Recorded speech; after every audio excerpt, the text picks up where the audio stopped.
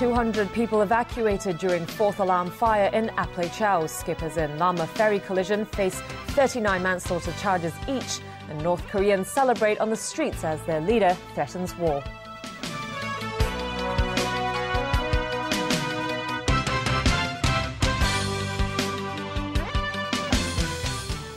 Good evening. A number 4 alarm fire raged for 3 hours at the South Horizon housing complex in Apley Chau this morning.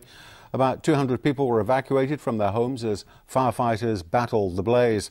As Jenny Lam reports, firefighters said their efforts were hampered by faulty fire safety systems at the complex, which recently passed regular checks by contractors. The fire started in the 17th floor flat at the South Horizon housing complex just after 6 o'clock this morning. About 200 people were evacuated to safety. This woman says she saw a man telling a security guard that the air conditioner in his flat blew up. The fire services department said they received a number of calls for help and they needed to ask for backup. Fire hydrants in the building were also said to be not working properly. There wasn't enough water pressure and firefighting efforts were delayed as a result. Leung Chi-hung, Deputy Fire Chief for Hong Kong Island, said firefighters had to connect hoses all the way up 17 floors to reach the flat, and the fire was upgraded to a number 4 alarm as the flames spread. It was put out just after 9 a.m. after raging for 3 hours. A fireman and 4 South Horizon residents, including a child, were injured. 2 of them are in a serious condition.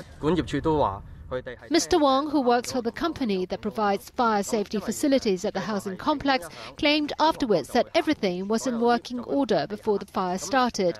He explained that the fire alarm went off and the lifts immediately descended to the ground floor as they should.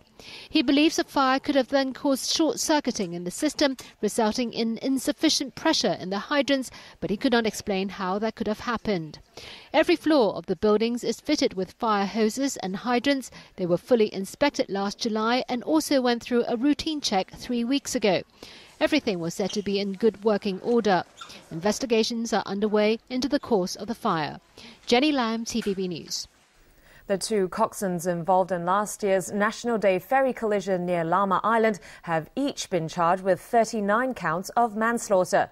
Chow Chi-wai, skipper of Hong Kong Electric's Lamma 4, and Lai Sai-ming, coxswain of Hong Kong and Kowloon Ferry Sea Smooth, appeared at the Eastern Magistracy today.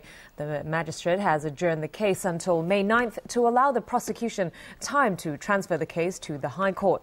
Both defendants have been released on $20,000 bail and are not allowed to leave the city for the time being. The boat collision happened at around 8 p.m. on October 1st last year near Lamma Island, leaving 39 people dead and 92 others injured. Local authorities today began putting live poultry imports from the mainland to rapid tests for H5 and H7 avian influenza to ensure the birds are virus-free.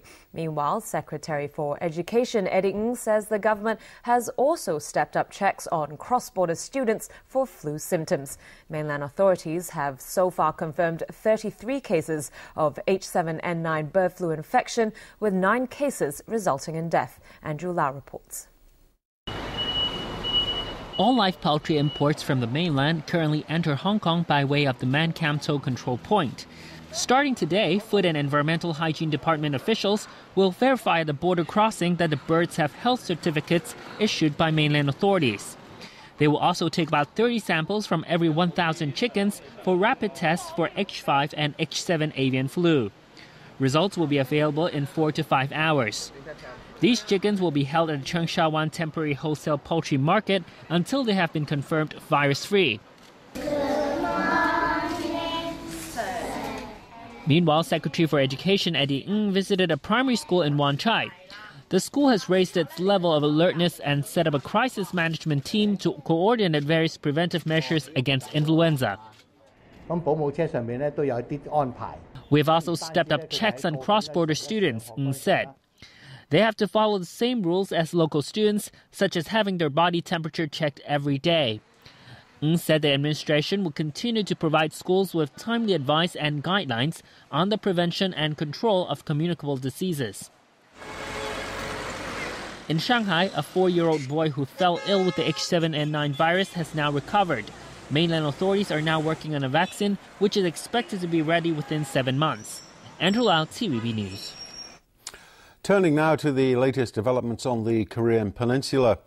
NATO Secretary-General Anders Fogh Rasmussen met the South Korean Foreign Minister Yoon Byung-se in Seoul today at a time when North Korea has warned that nuclear war is imminent and urged foreign tourists in South Korea to take cover. South Korea, Japan and the United States remain on high alert for a possible North Korean missile launch that could come at any time.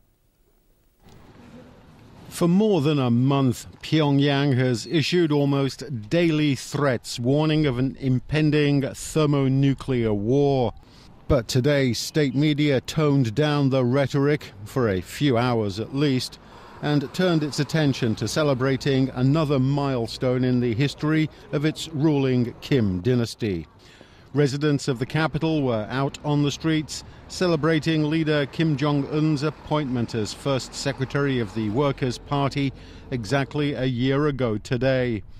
The city is decorated with North Korean flags and Workers' Party flags, ready for next Monday's 101st anniversary of the birth of North Korea's founding father and the current leader's grandfather, Kim Il-sung. Analysts say Pyongyang could well mark the occasion with a missile launch in defiance of UN Security Council resolutions barring the country from nuclear and missile activity. In Washington, U.S. Defense Secretary Chuck Hagel has warned that North Korea is skating very close to a dangerous line. Their actions and their words have not helped diffuse a combustible situation.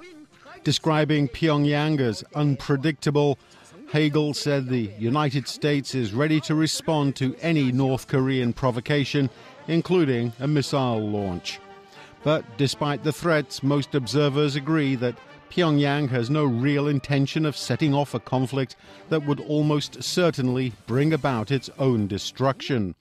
But they do warn of the risks of miscalculation, where a stray missile or a shooting in disputed waters could trigger an action-reaction cycle that could quickly spiral out of control. There is a risk that as they continue this series of threats, escalating them day by day, that at some point they miscalculate, that they cross a South Korean or an American red line, and that this starts a conventional exchange of fire, which might, I fear, escalate into something worse. Everard said he isn't convinced that Kim Jong-un fully understands the implications of his actions, which is a cause for some concern. Interestingly, that's a similar view being taken by a former North Korean spy who blew up a South Korean airliner in 1987, killing all 115 people aboard. Kim Hyun-hee says the North's young leader is too inexperienced and is struggling to prove himself and win the loyalty of the military. Sentenced to death in South Korea, Kim was later pardoned as she was judged to have been a victim of brainwashing by the North. U.S. President Barack Obama is proposing a federal budget that would force millionaires to pay more in taxes. The budget would also enact spending cuts that would replace the sequester reductions that took effect last month. Alan Bugnier reports. The $3.8 trillion US budget proposed for 2014 would tax people making at least $1 million a year at a rate of 30%. That increase, along with spending cuts and a 28% cap on tax deductions for high earners, would bring the U.S. budget deficit to 2.8% of GDP by 2016, down from the 5.3% projected for this year. If we want to keep rebuilding our economy on a stronger, more stable foundation, then we've got to get smarter about our priorities as a nation. And that's what the budget I'm sending to Congress today represents.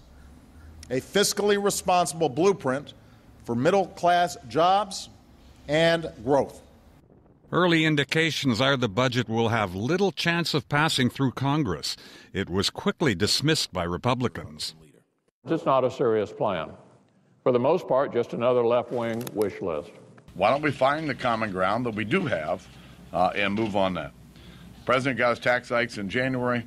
We don't need to be raising taxes on the American people. So I'm hopeful in the coming weeks that we'll have an opportunity through the budget process to come to some agreement. The president's plan would also cut $100 billion in Pentagon spending over 10 years, grounding a third of the Air Force. And some Democrats who don't like some of the social spending cuts proposed have also spoken out against a budget blueprint. Serious negotiation on the plan is not expected to begin until the summer. Alan Bookniat, TVB News. Politicians in Britain returned early from their Easter break for a special session of the House of Commons held yesterday to pay tribute to the late Margaret Thatcher. While the current Prime Minister was the first to praise her as remarkable, not every member of Parliament hailed Thatcher's achievements. Sonia Artero reports. Special sessions at the House of Commons are usual for former premiers and are generally brief. But because Margaret Thatcher has gone down in history as one of Britain's most iconic political figures, more than 7 hours were dedicated to reflect on her accomplishments.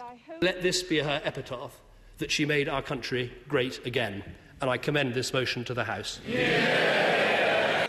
But Labour Party members whose constituents felt the pain of Thatcher's policies stayed away from the debate in protest. Instead of bashing her track record of crushing labor unions, closing coal mines and privatizing industry, the leader of the opposition Labour Party gave Thatcher some credit. I disagree with much of what she did, but I respect what her death means to the many, many people who admired her, and I honour her personal achievements. To this day, Thatcher's legacy sparks furious debate. Such was expressed by one politician and Oscar-winning actress who said under the Iron Lady's leadership, consumerism was rampant and people lost what it meant to be British. We were told that everything I had been taught to regard as a vice, and I still regard them as vices, under Thatcherism was in fact a virtue. Greed, selfishness, no care for the weaker, sharp elbows, sharp knees. They were the way forward. Critics of Thatcher are angry that taxpayers will bear the brunt of her funeral. But Britain's Foreign Secretary reminds people that such costs are nothing compared with the money Thatcher brought into the UK. The rebate from the EU that Margaret Thatcher won this country has so far added up to £75 billion. Thatcher's family is honoured Queen Elizabeth will attend the funeral. Her Majesty has agreed to attend the service next week in St Paul's, and I know my mother would be greatly honoured. Thatcher's funeral is shaping up to be the grandest service for a British politician since Winston Churchill's state funeral in 1965. Sonia Artero, TVB News. And still to come in the news. 3 more international schools in the next academic year. In Paris, Louvre Museum closed in protest against pickpockets, and a well-preserved archaeological site in London's City District.